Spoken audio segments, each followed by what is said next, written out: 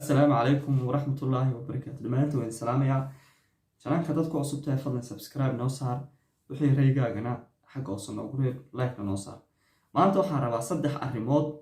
oo mamnuuc ay tahay ama aan wanaagsaneyn ilmaha inaad barto. saddexda arrimood ilmaha mustaqbalkiisa ma fiicna. ilmaha inuu barto wax la yiraahdo warka. hadduu ilmaha uu yaqaano warka oo markasta warku soo sheego ilma hebel baa sidana maanta waxa saa dhacay. ruuxantii warka ayaa laba ah in uu ku sheego xaaladiisa maanta wixii ku dhacay adigu inaad weydiiso iyo in isagu ku sheego way kala duwan tahay. hadduu isagu markaste warku soo sheego oo yiraahdo waxa saa maanta la sameeyay hebel baa waxa sameeyay ruuxantii ma wanaagsana. maxaa yeelay biritoole adiga ayuu warka sheegaya marka guriga wax kasto guriga ka dhaca waxay u badan tahay inuu meesha uu dhigto kindergarten ama school meesha xanaanada lagu hayo kolba keena qoto hadii warar la weydiiyo inuu sheego maanta gurigeena maxaa ka dhacay uu sheegaya. hooyada maanta ma ku disho uu sheegaya, aabaha ma ku dilo uu sheegaya. laakiin haddaba warka ayaa laba ah. adigu inaad ilmahaaga wax weydiiso uu sheego waa caadi, laakiin ilmahaaga hadduu markasta war kuu soo sheego ka joojo xataa ceeb waxa ha sheegin waxaas ma wanaagsan. laakiin adigu waad weydiin kartaa si nidaamsan baad ku weydiin kartaa. salaad waad soo farsanaysaa si yaro degan baad u weydiinaysaa maanta maxaa lagugu sameeyey, maanta maxaa dhacay, waxaaga maanta yacni khalad ma jiraa, macallimiintu wax kugu sameeyeen si nidaamsan ayaad u weydiinaysaa oo maxabiyo jacayl leh adigoo leenahay waxa siinaya. taas waa taa. laakiin hadduu isagu kula soo doonto markaste hebel ba waxa uu sameeyay saasaa dhacday warkaas u sheeg ka jooji waxa tiraahdaa jooji waxaas ma wanaagsan hooyo waa ceeb. adigu siyaabo badan oo loo maraya jira ilmahaaga adiga ayaa dhalo garanaya marka fadlan ka jooji inuu ilmahaaga markasta war iyo waxyaalaha fiicneen ama ilmaha saana waxaynu sheego runtii ma wanaagsan. saan kuu soo sheegay waxa laga yaabaa inuu brit ka maal waalidkii ka waramo biri waxa laga yaabaa ilmaha idinku arkeen adiga iyo odaygu ama islaantii odaygu isira qabsadaan ama hadalada kulus ku sheega dabeetana ilmuhu markaa badan meesha joogo dabeetana warka uu qaado oo britolo u geeyo meesha lagu hayay xanaanada ama iskuulka oo iyadoo loo weydiin buu sheegaya waxa saa dhaca ma wanaagsana. fadlan haddii ilmaha ku arta caadooyinkaas ka jooji, laakiin adigu wax wada weydiin kartaa. qodobka labaad ilmahaaga haddii ay tusaalahaan wax uu sameeyo badanaa si negative ugu jawaab si positive ugu jawaab. tusaalahaan ilmahaaga ha barin markaste tusaalahaan wax buu jibiyey hagu maxaad jibisay wariya soomaalidina badanaa way sameeyaan laakiin aad iyo aad ay dhaqankaas u xun yahay. ilmahaaga ka jooji inaad dhaqanka barto. ilmahaaga waxaad bartaa lacala hadduu yacni wax uu jibiyo wuxuu doona ha noqdo telefoon alaab wuxuu doona ha noqdo bar si wanaagsan inaad positive emotion aad siiso ama emotion yacni dareen fiican aad siiso. hooyo aabo haddaad jibisay dhib male anigaa mid kale samaynayna anigaa kuu soo iibinayna. laakiin badanaa inagoo Soomaali ahaan way sameynaa yaana kala reebin waalid hooyo aabo way sameeyaan. ilmi waxaad arkaysaa tusaale khalad buu sameeyey meel wax ku tuuray oo soo boodaysaa maxaad jibisay maxaad wax ku tuurtay maxaad saa samaysay. runtii dhaqankaas aad iyo aad ma wanaagsana. ilmaha dad markasta barto ilmihii cabur buu qaadaya uu caburmaya dabeetana wuxuu raadinayaa in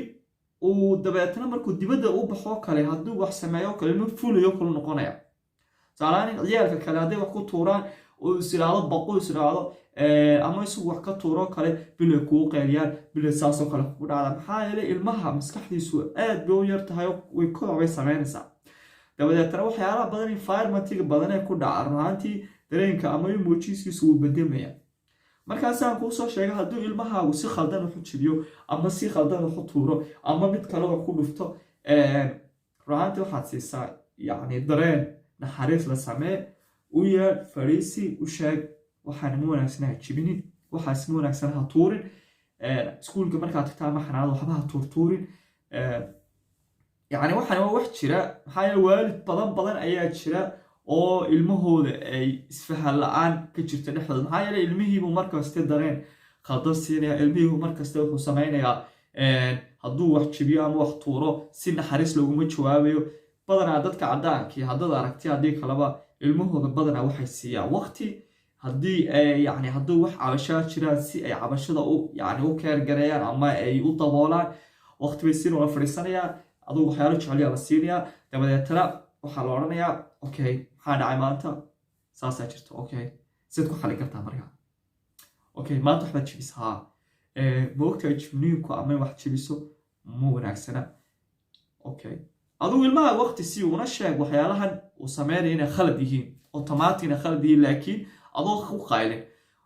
aabo telefoonka lama jibiyo telefoonku waa sidaas telefoonka lacag baa laga soo baxshay aabo dhalada ha jibin tv-ga lacag baa laga soo baxshay inagu waa sidaas markaa ma iibsan karno aabo ha jibin mar dambe ha sameyn aabo waxaa ha sameyn hooyo waxaa ha sameyn runaantii waa wax aada u wanaagsan laakiin ha ku soo boodin waxaa ku dhufanin runaantii caadadaas waa caada aada xun ilmahaaga ha barin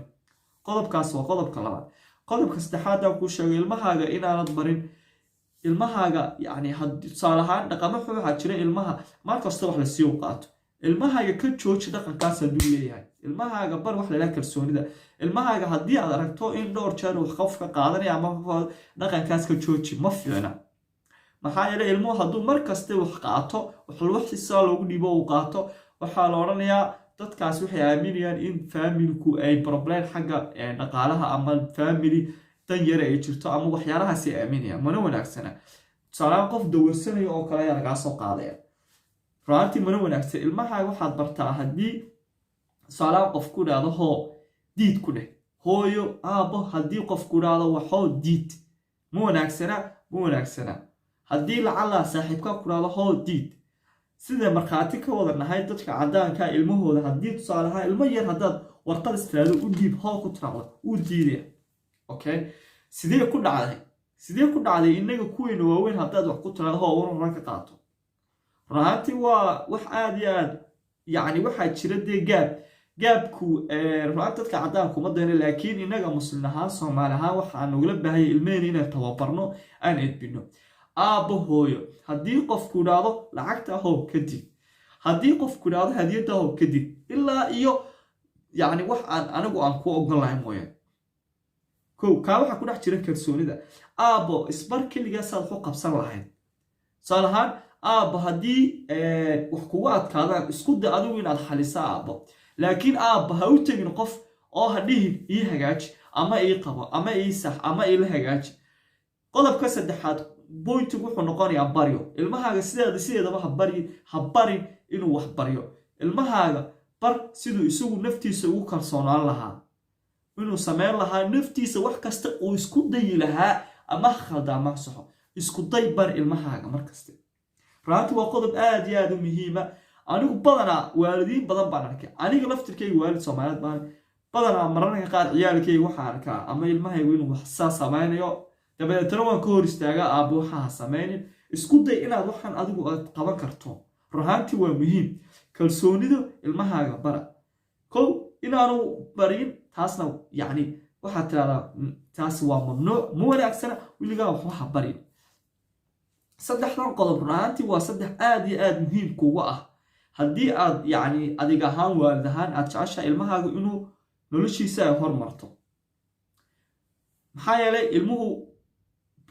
imika xanaanu tusaalahaan tagaa iskuul buu sii gudbayaa dabeetana iskuulka martabada lelaya dhowr sano iskuulkaas ku jiraya marka haddii uu iskuulka la jiro